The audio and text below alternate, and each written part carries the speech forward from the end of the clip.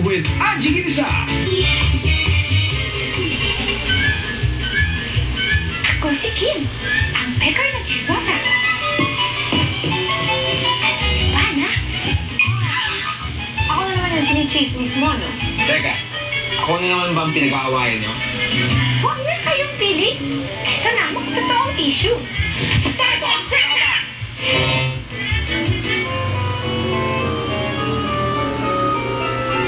May dinirita daw na socialite si Dieter Ocampo.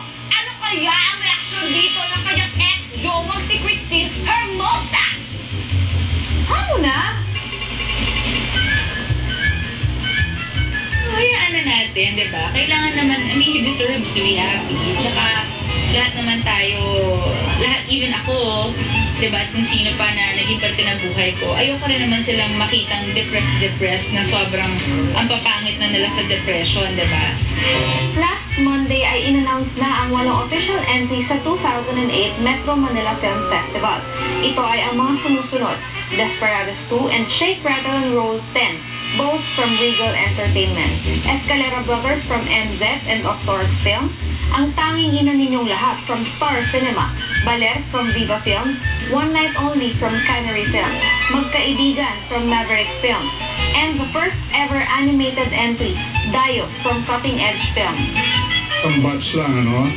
Mukhang mas successful yung gano'n kasi pag napili yung project ng isang producer na o sa second batch ka na lang, parang ang feeling nila, parang pan na lang kami, saling pusa na lang kami. Kasama ni Iwa mo sa premiere night ng My Monster Mama kanyang non-showbiz boyfriend at si Michael Aglad. Payag na kaya ang kanyang boyfriend sa ginagawa ni Iwa kung bakit sex. Okay lang yan, Hani, no? Okay lang. Kahit sa reklamo, kaya ang takbo ng career ko, sa takbo ng buhay ko ngayon. Sa takbo ng lote. Iwa, kumusta naman ang kotse mong inanod ng baha? Totoo bang na-hospital ka dahil sa nangyari? Kakaiyak ko po. Kasi siyempre, hindi ko parang, oh my God, iyak ako nang iyak hanggang naubusap po ako ng hangin sa katawan, nag-himagay po ako. So, pinalala ako sa hospital. Ngayon, maayos na siya. Nakalabas na ng kasa. Julia Clarete, totoo nga bang lulong sa pinagbabawal na gamot kaya nangangayayat? Wala pong katotohanan ng mga lumalabas na chismis. Sa totoo lang, I overeat. And I do not starve myself. Pasensya na po dahil talagang lahi po talaga namin. Marami pa akong ibibig na chika sa pagbabalik na... Garso!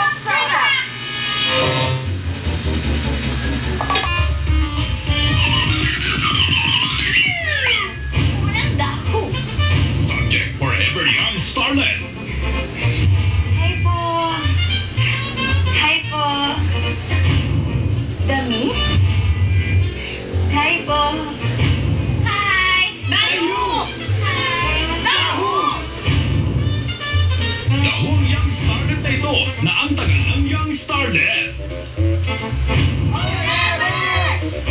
Na may mudraks na masyadong bilib sa kasikatan ng junaks niya. Tuloy ba? Imagination lang. Sulitin mo! Ang kwento, umapil sa set ng isang talk show ang magina. Hi po! Hi po! Maraming episodes ang tinetrip that day. So marami rin ibang guest na artist. At mega chika si Mudrax. Chika! Chika! Chika! Mula tanghalian, lumapang at chumika hanggang dinner time, lapang at chika pa rin. No, my daughter is favorite messenger in talk show. Pray for me, semi-regular. May nakarinig na production assistant. Mudrax, you say forever guest in Young Star? Oh yes! Why? Mudrax, why sa guest list your Junakis? Look it! Missing sa guest. I thought nakikain lang kayo from lunch to dinner. Oh, really? But your caterer, huh? It's nice.